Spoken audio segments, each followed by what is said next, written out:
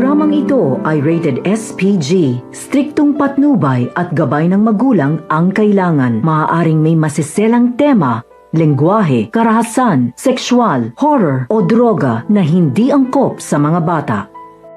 Nagalit nga itong si Carlos nang nakita niya doon si Dr. Enriquez na tumutulong sa pagluluto dito ni Lynette. Kaya naman hindi niya ito nagustuhan. Sinabi naman agad dito ni Carlos na nais niya makausap itong si Lynette. Kaya doon nga sila nagtatalo kung bakit nga daw pinapatulong itong si Dr. Enriquez sa kanyang pagluluto. At gusto nga sanang i-cancel dito ni Carlos ang dinner sa kanyang mga kaibigan. Ngunit nakiusap nga itong si Lynette na ituloy na lamang dahil nga gusto niya rin ipagluto itong si Carlos. Kaya naman walang nagawa na itong si Carlos kundi ituloy na lang ang kanilang dinner. Nung dumating na nga ang hapunan ay nagsidatingan na nga ang mga kaibigan dito ni Carlos.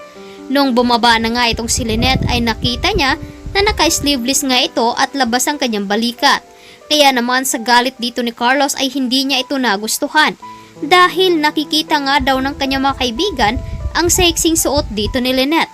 Agad na hinila itong si Lynette ni Carlos upang sabihin na hindi niya nagustuhan ang kanyang suot.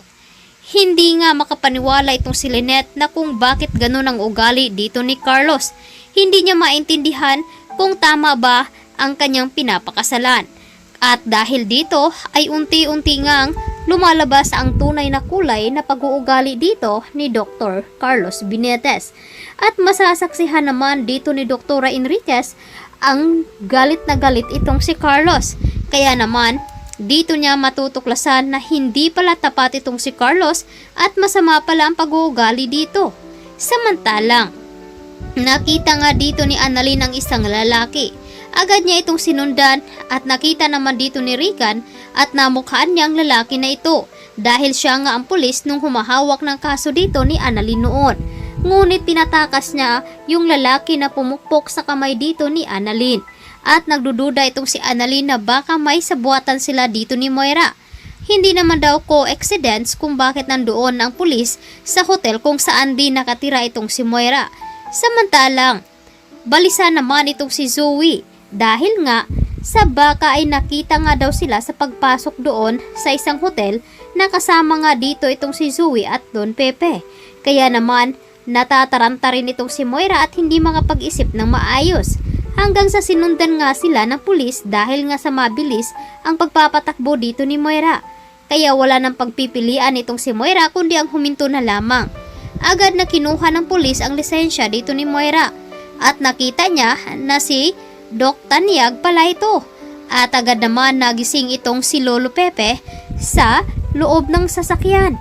At agad niya itong sumisigaw at humihingi ng tulong. At binuksan naman ng pulis itong si Lolo Pepe at agad itong sinabi na gusto siyang patayin dito ng kanyang manugang. Ang tinutukoy nga nito ay si Moira. Samantalang takot naman na rumehistro sa mukha dito ni Zoe kung ano nga ba ang kanilang gagawin. Posible nga ba isabotahin ni Moira ang pulis upang hindi ito magsalita at babayaran niya ng malaki kapalit noon ng kanyang pananahimik. At agad naman pumunta sa Apex si Annalyn upang makausap nga itong si Zoe dahil alam naman dito ni Giselle na nawawala nga ang kanilang ama.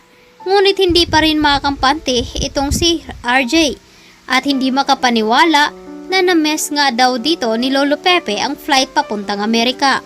At dahil dito, magpapaimbestiga nga itong si Giselle dahil ang pupuntahan nga dito ni Lolo Pepe ay itong si Moira. Kaya number 1 suspect itong si Moira kung hindi ba nito napuntahan itong si Lolo Pepe. Gagawin lahat dito ni Giselle at ni RJ upang mahanap ang kanilang ama. Kaya ito ang dapat nating aabangan bukas dito lamang sa